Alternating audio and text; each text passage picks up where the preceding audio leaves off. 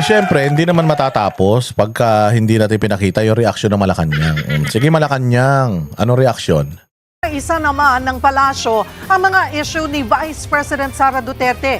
Kabilang na ang tungkol sa paglustay umano niya sa pondo ng bayan. Mensahe ni Pangulong Bongbong Marcos sa pagtakbong presidente ni VP Sara, good luck. Live mula sa TV5 Media Center, nasa frontline ng balitang yan si Maricel Halili. Mase, ano pang mga banat ng palasyo sa bise?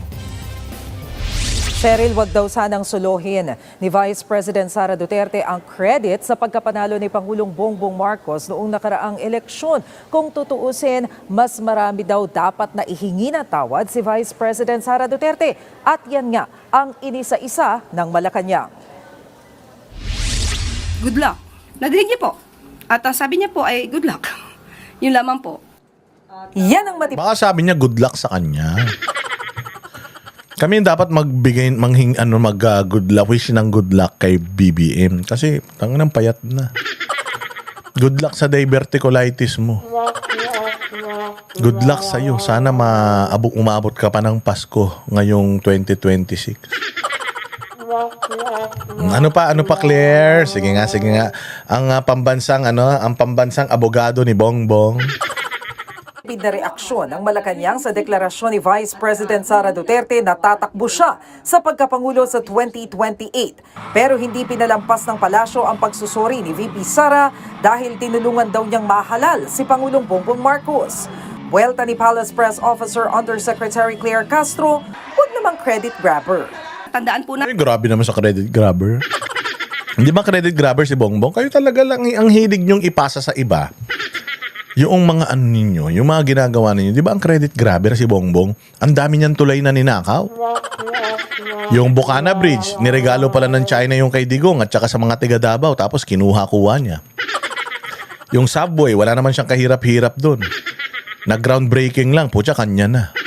Yung tulay doon sa Isabela, putya yan, pinapatanggal-tanggal niya yung gobernador dyan, tapos inangkin yung tulay. Kung meron ditong credit grabber, siya yun. Hindi si Inday. Ano bang credit ang ginagrab ni Inday? Yung sinasabi niya, nag-apologize siya dahil tinulungan man niya talaga si Bongbong. Tinulungan man niya talaga. Oh, sorry. Marami rin naman. Kahit naman yung kapitbahay namin, nagsusorry sa akin, Boss Dada. Sorry kasi nung nag-isko kayo tapos BBM kami, madami akong mga negative comments sa'yo. Sorry Nagsosorry din naman sila. O lahat naman talaga nagsosorry. Tingnan nyo. Sila Maharlika, mga BBM yan. Ngayon, mga Duterte na nagsosorry din sila sa tao. For helping Bongbong Marcos. Ang daming nagsosorry ngayon dahil talagang ikinampan niya si Bongbong. Hindi lang si Inday. Ang pinag-a-apologize ni Inday is napakalaki talaga ng pagkakamali niya for not running. Napakalaki ng pagkakamali niya for not running. Pero sa totoo lang, sabi ko nga sa inyo, it's a blessing in disguise. Kasi kung si Inday Sara naging presidente, tapos ang vice president niya si Bongbong, ipa-i-impeach din siya niyan dahil gusto niya ni Bongbong umupo. Oo, baliktad kayo sabi ko nga sa inyo. Dapat talaga mag-apologize si Inday Sara sa mga Pilipino kasi siya ang number 1 na presidentiable noon. At how many percent? I think 50+%. Ang pinakamalapit kay Inday Sara, si Leni Robredo, kalahati at I think 17%. Tapos si Bongbong, putang ina, 8%. Survey yan Bongbong Marcos yan. Tapos, putsang ina, hindi niya man maangatan, hindi niya man malamangan si Leni Robredo. O ngayon, kaya nga binudol nung magkapatid si Inday, si Aimee at saka yan si Bongbong O binudol nila ito si Inday para mag-vice president ka na lang, ayaw mo naman kasi nag-file siya ng mayor nag-vice president ka na lang, tulungan mo na lang yung kapatid ko. Nag-vice president siya, umikot siya sa buong Pilipinas, kinakampanya niya si Bongbong. Di dapat talaga mag-apologize siya. Anong iniiyak mo, Claire Castro? natin ang taong bayan ang naghalal kay Pangulong Marcos Jr. Kung ano man po ang natulong niya, pareho naman po sila nagtulungan dahil ito ay unity team. Kaya wag niya pong suluhin ang credit kung nanalo man ang Pangulo. Wait. Si Inday Sara, meron siyang 32 million na boto. Si Bongbong 31 lang. Alam mo ibig sabihin nun? Ulitin ko ha. Lahat ng bumoto kay Inday, binoto, mali. Lahat ng bumoto kay Bongbong, binoto si Inday. Pero 1 milyon ang bumoto kay Inday na hindi binoto si Bongbong. Ibig sabihin, weakest link si Bongbong. Hindi nga umaatin ng debate yan. Wala nga plataforma yan. Kaya nga ngayon, di niya alam kung ano yung mga ipinangako niya. Wala namang pinangako yan. 20 pesos na kilo ng bigas lang. Hindi niya pa nagawa. Tangin na to si Claire Castro. Tanga talaga. Kung meron daw dapat ihingi ng tawad ang bise sa taong bayan, yun ay ang sarili niyang issue ng korupsyon. Siguro po dapat mauna muna na ihingi niya ng tawad kung ano man ang mga issue ng korupsyon at katiwalian at di umanong paglulustay ng confidential funds ng kanyang 2 opisina at the time, OVP at ng DepEd. Paano si Bongbong? Kailan siya magsosorry sa pagnanakaw niya sa Pilipinas? Di umano. Kailan magsosorry si Bongbong? Kailan papaliwanag di Bongbong yung mga text messages na kumakalat ngayon? Patungkol sa mga perang nakuha niya mula doon sa kanyang bagman. Meron pa sa customs. May kumakalat pa sa customs daw. Meron pa dyan sa DPW. Meron pa nung kampanya noong 2025. Kailan ipapaliwanag di Bongbong yan, Naber? Kailan siya magsosorry dyan? Mantakin mo yung kay Inday Sara, dadalawa lang ang issue nyo. Dadalawa lang ang issue nyo, hindi nyo pa mapatunayan. Itong kay Bongbong, araw-araw may bagong issue. Tsaka kailan kayo magsosorry tungkol dyan? Buti nga si Inday nagsorry. Buti nga si Inday, kahit hindi nagnakaw, nagsorry. Si Bongbong magnanakaw Di umano. Hindi pa nagsosorry. Tas adik pa daw, sabi ng kapatid. Wala na, Claire. Kahit anong gawin mo, wala na yan. Hindi na obra. Naglabas pa nga ng listahan si Castro at isa-isa niya itong binasa. Una po, mas dapat niyang inunang humingi ng tawad sa taong bayan, lalong-lalo na sa mga biktima ng EJK. Bakit? Ba't siya magsosorry doon? Siya magsosorry sa EJK. Bakit? Siya ba yung may gawa nun? Involved ba siya doon sa EJK? Mayor man siya ng Davao. Anong hihingi niya ng tawad sa EJK? Dahil binibintang niya sa tatay niya? May kaso yung tatay niya sa Pilipinas? Wala. May ebidensya sila tungkol sa DDS? Wala. Ano hihingi ng tawad ni Inday Sara sa EJK? Ay, magsosorry po ako dahil maraming pinatay yung tatay ko. Ganon. Ba't si Bongbong? Hindi pa siya nagsosorry, maraming pinatay yung tatay niya. Maraming pinatay, maraming ninakawan. Ba't di pa siya nagsosorry? Mauna muna magsorry si Bongbong. Sorry sa lahat ng mga winalanghian ng tatay ko nung martial law. Bago magsorry si Inday Sara sa EJK, wala ngang kaso ng EJK dito sa Pilipinas. Yung mga martial law cases, ang dami-dami dito sa Pilipinas Ano pa? Dapat niya rin pong ihingi ng tawad at nakalimutan niya nang siya ay magsabing mayroon siyang kilalang assassin at handa siyang magpapatay.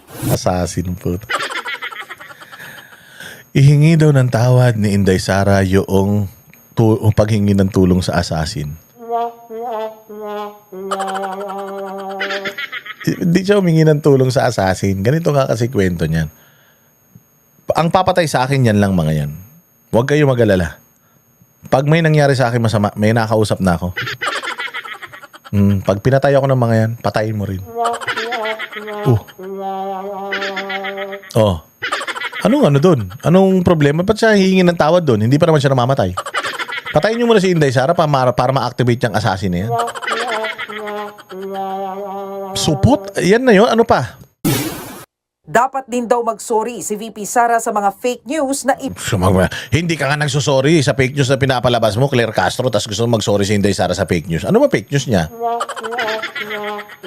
Ano yung fake news?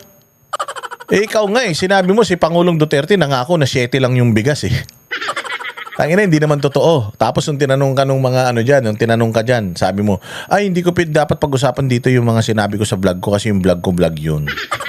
Hindi natin dapat tinatanong yun dito. Ikaw ang fake news peddler. Ikaw nagsasabi, maganda Pilipinas. Ikaw nagsasabi, malago ang ekonomiya. Ikaw ang nagsasabi, safe sa Pilipinas. Puta, ikaw ang fake news peddler Ikaw nagsasabi, malakas si Bongbong.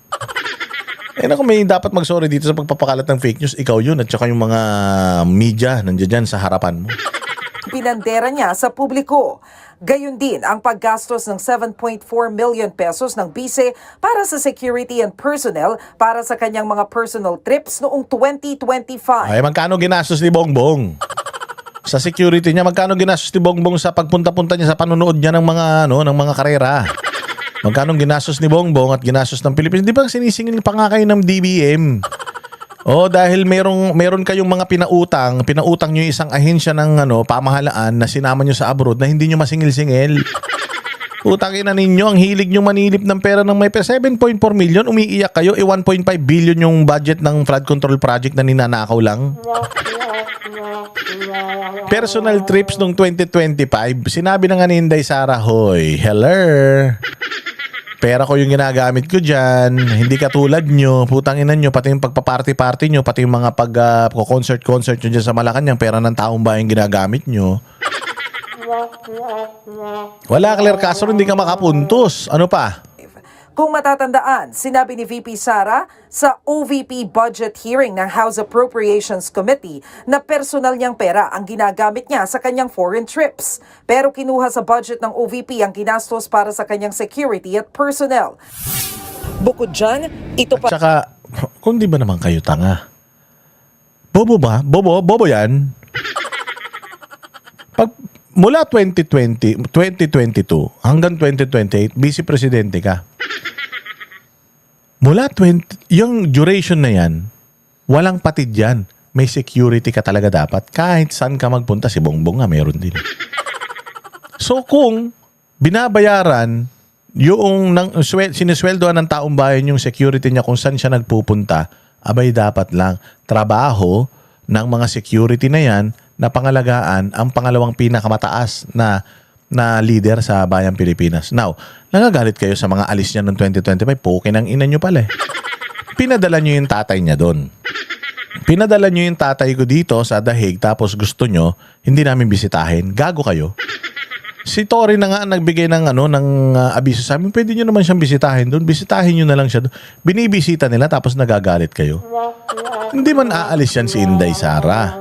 Hindi aalis yan si Inday Sara kung hindi nyo pinalayas yung tatay niya rito. Mga tarantado kayo, kasalanan nyo na tapos kayo pa yung nagmamagaling, sisilipin nyo siya. Natural, ano nga naman umalis siya ng walang security. Pangalawang presidente yan, bobo. Ano sasabihin ng ibang mga lahi na, tangin ng tong vice president, ba't walang bodyguard? Kasi, walang pera. Pugin ang Pilipinas na to. Pangalawang leader nila, hindi nila inaalagaan. Ikaw nga puro ka security. Di ba, Claire Castro? Anday mo security. Ikaw nga kahit tumatai ka, may security ka Tangin na ka, huwag ka manilip. Hindi ka naman importante. Meron kang mga bodyguard sa Inday Sara, pangalawang presidente. Kung mag-bodyguard siya at gastusan ng opisina niya yung mga bodyguard niya dahil umaalis siya, dapat lang yun, trabaho nila yun, tanga.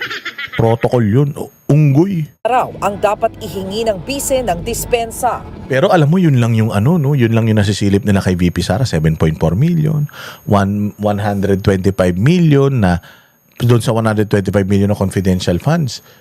Well accounted for naman. Nag-issue pa ang COA ng unmodified opinion. Tapos, yung sa DepEd, wala namang issue ang COA. Hindi rin siya fina-flag ng COA. Sa tagal-tagal na panahon, yun lang yung nasisilip nyo. Gusto nyo isa-isahin namin yung mga ginawang pagnanakaw ng mga Marcos sa Pilipinas. Putang ina, baka 3 buwan na, di pa tayo matapos. Tsaka mga ipokrito kayo Dapat po rin niyang ihingi ng tawad nang tinanggap niya ang pagiging sekretary ng DepEd. Kahit inamin niya na wala siyang kaalam-alam sa pagiging sekretary ng DepEd. Oo, pero marami siya nagawa. Sinabi niya, hindi siya teacher. Hindi niya sinabing wala siyang kaalam-alam. To talaga fake news peddler ka talaga. Alam mo kung may fake news talaga dito, ikaw yung Claire Castro. Ang sinabi ni Inday, hindi siya teacher. Oo. At saka, bobo. Putangin na mo, tanga ka talaga, Claire Castro. Inoffer sa kanya ni Bongbong yun. ganun katanga si Bongbong, i-offer ni Bongbong sa kanya kung alam niyang hindi kaya ni Inday Sara. Takinan to. Di sana sisihin mo si Bongbong. Alam nyo pala na walang alam si Inday Sara bakit nyo inoferan ng DepEd? Tangina tanga no, sobrang bobo mo, Claire Castro. Sabi ko magdedebate tayong dalawa. Puta, mapapahamak ka sa akin. Hindi ako abogado pero mapapahiya ka sa lahat ng mga pinagsasasabi mo. Hihingi ng tao ni VP Sara Duterte ang pagiging DepEd Secretary. Bakit? Tarantado. Galing tayo sa blended learning. Yung galing tayo sa yung homeschool dahil sa COVID. Tanginang galing ni Inday Sara. Napabalik niya yung mga estudyante sa 100% face-to-face. Pinilit niya yon. Bakit? Sabi kasi ni Inday Sara, wala talagang matututunan yung bata pagka nasa bahay lang. Laro lang ng laro yan. Alam ko yan dahil yung mga anak ko, pinagagalitan ko pag homeschool. Kaya kailangan face-to-face para mas marami silang matulungan. Ano nangyari? Face-to-face. O anong ginawa ni Inday Sara? Sa mga teacher, tinanggal ni Inday Sara yung ibang mga administrative work sa teacher kasi nga kumakain ng oras nila. Itinaas pa nga ni Inday Sara yung allowance ng mga teacher, yung mga pambili ng chalk, pambili ng mga materyales sa eskwela. Itinaas pa nga ni Inday Sara. Ang tagal-tagal na nandiyan dyan ng teachers party list, wala nga nagagawa para sa teacher yan. Ilang taon lang si Inday Sara na DepEd Secretary. Pucha ka na, ang dami ng reformang nagawa tapos sasabihin mo walang alam, bobo. Tangina mo. Ikaw ang walang alam. Tangina ka. Yan lang yung mga ibinabato mo kay Inday Sara. Paano nyo matatalo sa eleksyon yan? Kung yan lang ang panira ninyo kay Inday Sara, hindi nyo kayang talunin sa eleksyon yan, Claire. Pucha na, 2 taon na lang, magbubuti ka na ulit. 2 taon ka na lang, balik ka na ulit sa pagbablog. Walang kukuha sa'yo na mga na sa specialty mo. Wala kang specialty. Specialty mo lang, mamburaot Mamburaot, tas hindi ka pa nakakaburaot. Putangin lang yan. 7 minutes lang na nagsalita si Inday Sara, bumubula na bibig mo. Hindi ka naman tatakbong presidente. Ba't galit na galit ka sa mga pinagsasabi ni Inday Sara? Kung sa tingin mo, hindi tama yung mga pinagsasabi ni Inday Sara, ba't apektado ka? At pati ang matatag curriculum ay hindi niya na-review dahil inamin niyang wala siyang alam.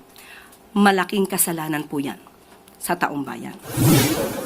Mas inuna rin daw ni VP Sara ang manira kesa tumulong sa gobyerno. Ang sinabi niyang siya ay may alam di umano na mapababa ang presyo ng bigas, pero hindi niya gagawin dahil wala siyang balak tulungan ang Pangulo. Yan po ay isa... Ano yan? Gano'n ba kahina presidente mo? Kailangan ng tulong? Kala ko ba magaling kayo? Bakit kayo nagkagalit kay Inday na hindi kayo tinulungan? Bakit nakadepende kayo kay Inday? Tinulungan na nga kayong manalo Tinulungan na kayo ni Inday Sara manalo nung 2022. Gusto nyo tulungan pa kayo ni Inday Sara para yung 20 pesos na kilo ng bigas ma-achieve ninyo? Kayo na nga kuno, mga gago kayo Bitter yarn. Ang kasalanan sa bayan na dapat niyang ihingi ng tawad. Ilan lang daw yan sa mga kailangan pang ihingi ng tawad ni VP Sara sa publiko. Isa pa sa hindi pinalampas ng Malacanang ay ang pagbaha na isinisi ni VP Sara sa Administrasyong Marcos. Ilan po bang flood control projects merong itinatag? Di umano. Ang Pero bakit ka gumagamit ng di umano? Hindi ka sigurado. Claire Castro, meron kayong confidential funds. Ang daming mga intel funds ninyo at kung ano-ano pang mga budget nyo, tapos hindi nyo ma-pinpoint kung ano yung mga problema sa Davao.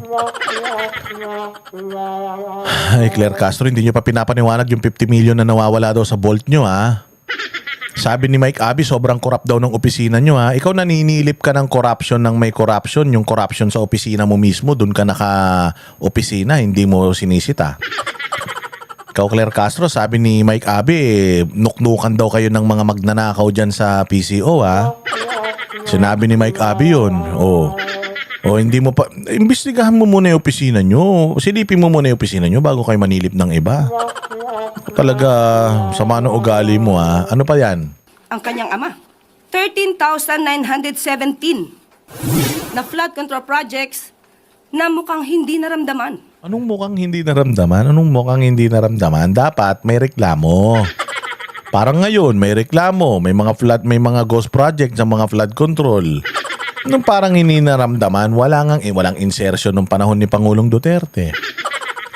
Ang DPWH noon, ang dami, build program, napakaraming mga tulay, kalsada, kahit pandemic.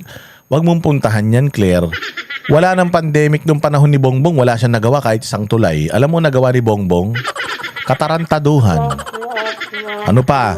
Dahil kung meron 13,917 flood control projects, dapat naramdaman natin at medyo humupa ang pagbaha sa Pilipinas. Ay, antindi, no? Antindi, no? Yung kasalanan nila, isinisisi talaga nila sa mga Duterte, no? Walang ghost project nung panahon ni Pangulong Duterte. Walang reklamo, eh. Walang nagrereklamo sa baha. Oo. Palagay ko, putangin na to. Suga pa sa bakuna siguro to na libre ni Pangulong Duterte. Baka buong pamilya nito nakinabang doon sa mga libreng bakuna ni Pangulong Duterte. Yung pinagsasasabi mo. Walang korupsyon ng panahon ni Pangulong Duterte. Kung hindi mo naramdaman, gago, baka tulog ka lang. O kaya kung ano-anong ginagawa ninyo ng mister mo. Eh, hindi mo naramdaman. Ano yung mga baha na yan? Nang matanong naman kung posibleng strategy ang Yun lang yun. Hindi daw niya naramdaman. Tangina, multo ba yan? Magpaparamdam sa'yo? Dapat puntahan mo, tanga. 13,000 pala yung mga proyekto na yan. Ba't di mo puntahan? Pag pununtahan po, tangina yan eh. Sisilipin mo yung proyekto sa Davao. Ganda-ganda ng Davao. Punta ka sa Ilocos. Tingnan mo nga yung proyekto doon. Puro phase 1, tanga. Tingnan to si Claire Castro, satanas eh. Fake news peddler talaga eh. ang deklarasyon ni VP Sara para mapagaan ang epekto sa kanyang impeachment. Kaya nga po sinabi natin isa siya na maituturing na politician.